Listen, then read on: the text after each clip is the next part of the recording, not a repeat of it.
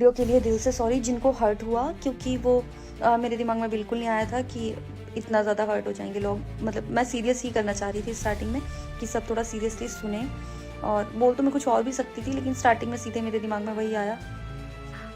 आप में और उसमें पूनम पांडे में कोई फर्क नहीं है। जो लोग ये टच करने वाले टॉपिक पे पवन भैया के अगेंस्ट में बात कर रहे हैं, मैं उनको एक बात बोलना चाहूंगा कि पवन सिंह एक एक्टर है। अच्छे एक्टर के खून में होता है यार एंटरटेन करना, मजाक करना। This is very normal. Bollywood में लोग मजाक में अपने हीरो अपने हीरोइन के साथ ऐसे कर देता है, मजाक में ऐसे करता है, तो सब कोई मजाक में लेता है। लेकिन दीदी ने इस बात को इतना तूल दे दिया कि इस टॉपिक पे एक बड़ा सा वीडियो बना दिया और पवन भैया के नाम पे एक दाग लगा दिया।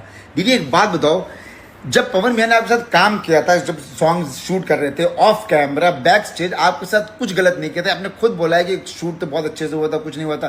तो जो इंसान ऑफ कैमरा बैक स्टेज आपके साथ कुछ गलत नहीं किया, गलत इंटेंशन से आपको टच नहीं किया, वो इंसान ऑन कैमरा पब्लिकली इतना बड़ा चेहरा आपके साथ गलत कैसे कर सकता है? सोचने वाली बात है। लेकिन फिर भी आपने बिना ये सोचे कि एक लड़की अगर लड़के के सामने हमारे देश में कुछ बोलती है, लड़के के लिए कुछ बोलती है, तो उस लड़की की ही बात को तवज्जो दी जाती है। आपने उनके अगेंस्ट में बोल दिया, वो भी उस इंसान के लिए जिसने आपको इतना बड़ा काम दिया। चलिए ठीक है, भगवान है, सब देख रहा है, आपको भी देख रहा है, हमें भी।